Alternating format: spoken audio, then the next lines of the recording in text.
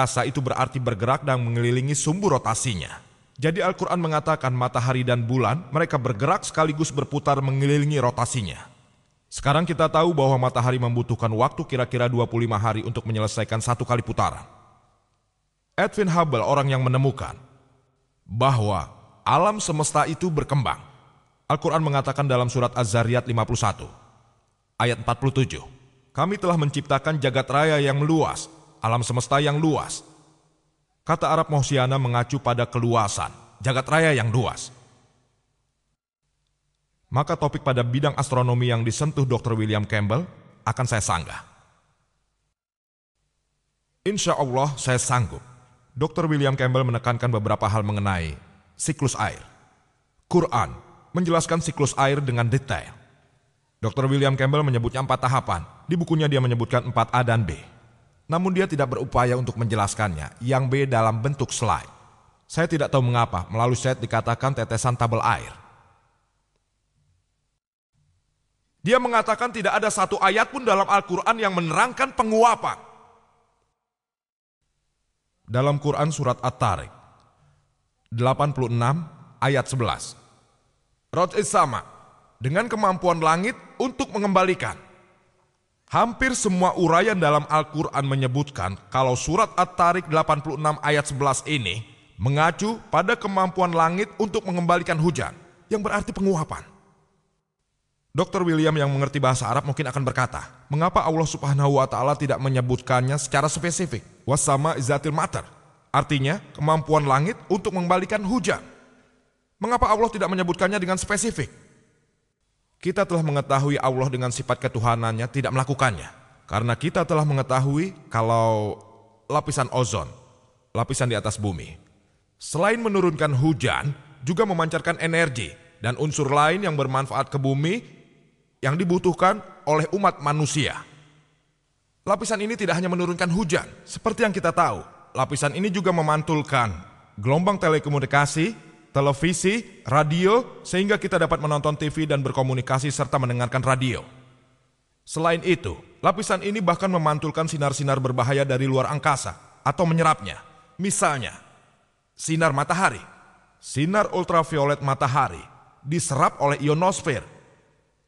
Dan jika itu tidak dilakukan, tidak akan ada kehidupan di bumi ini. Jadi Allah Subhanahu wa Ta'ala Maha mengetahui.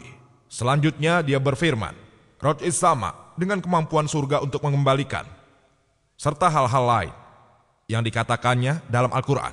Bisa Anda lihat di kaset video saya. Quran menjelaskan siklus air dengan sangat detail. Mengenai apa yang tertera dalam Injil, dia menjelaskan tahap 1 dan 3 di slide-nya yang pertama, kemudian 1, 3, dan 2 di slide kedua, bahwa air hujan diangkat ke atas, katanya, lalu air hujan dijatuhkan ke bumi. Ini merupakan filsafat Fasop-Militas pada abad 7 sebelum Masehi, yang mengira semprotan laut diambil oleh angin dan diteruskan ke bagian dalam sebagai hujan. Tidak ada awan dalam proses ini. Kutipannya yang kedua, Dr. William mengatakan, pertama, menurutnya penguapan. Kami tidak keberatan memiliki pendekatan kata yang sama dengan Injil. Kemudian hujan turun dan awan terbentuk. Ini bukan siklus air yang lengkap. Alhamdulillah, Quran menjelaskan siklus air dengan sangat detail dalam beberapa ayatnya. Bagaimana air naik menguap, jadi awan, lalu awan bergabung, bergerak ke atas, terjadi guntur dan kilat, air turun dan awan bergerak ke dalam, lalu jatuhlah hujan. Inilah penguapan, alhamdulillah dijelaskan secara detail. Quran menerangkan tentang siklus air dalam beberapa ayatnya. Surat Nur 24 ayat 43, Surat Rum 30 ayat 48, Al-Zumar 39 ayat 21, Surat Mukminun 23 ayat 18, Surat Rum 30 ayat 24, Al-Hijr 15 ayat 22, Surat Al-Araf 7 ayat 57, Surat Rad 13 ayat 17, Surat Furqan 25 ayat 48 dan 49.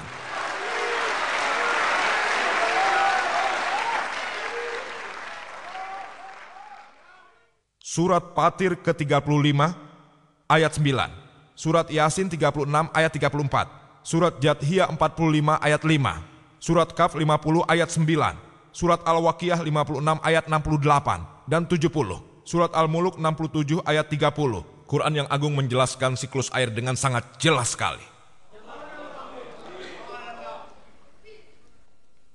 Dr. William Campbell menghabiskan terlalu banyak waktu untuk menjelaskan embriologi. Setengah pembicaraannya mengenai geologi dan menyinggung 6 topik yang lain. Saya mencatatnya. Di bidang geologi kita tahu saat ini, para ahli geologi memberitahu kita kalau radius bumi kira-kira 3.750 mil. Dan lapisan yang lebih dalam, panas dan cair, dan tidak mungkin ada kehidupan di sana. Dan bagian permukaan bumi di mana kita sekarang hidup sangat tipis, 1-30 mil. Namun, sebagian besar, antara 1 hingga 30 mil. Dan kemungkinan besar, lapisan permukaan bumi ini akan mengalami goncangan. Ini disebabkan fenomena lipatan yang menaikkan deret pegunungan yang memberikan stabilitas bagi bumi. Dan Quran menyebutkannya dalam surat Naba 78 ayat 6-7. Kami telah menciptakan bumi sebagai suatu permukaan yang luas dan gunung-gunungnya sebagai tiang. Quran tidak mengatakan gunung menjulang tinggi seperti tiang. Gunung adalah tiang. Autat dalam bahasa Arab berarti tiang atau pasak tenda. Saat ini kita tahu, dalam ilmu geologi sekarang, gunung memiliki akar-akar yang dalam. Ini diketahui pada paruh kedua abad ke-19. Dan bagian luar yang kita lihat pada gunung, hanya presentase kecilnya saja. Bagian yang tidak kelihatan, mirip seperti tiang yang ditancapkan ke tanah. Yang Anda lihat itu hanya puncaknya saja, yang lebih besar di dalam tanah. Mirip seperti puncak gunung es, kita hanya dapat melihat bagian atas, 90%-nya berada di bawah air. Quran mengatakan, Surat Ghosiyah 88 ayat 19, Surat Naziat 79 ayat 32. Wal jibala arsaha, kami telah membuat gunung-gunung berdiri tegak di bumi. Membuat gunung-gunung berdiri tegak di bumi.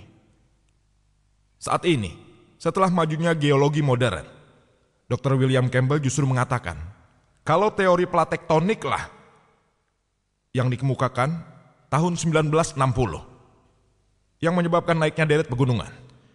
Para ahli geologi saat ini mengatakan kalau gunung dapat menstabilkan bumi. Memang tidak semuanya, tapi sebagian besar mengatakan demikian.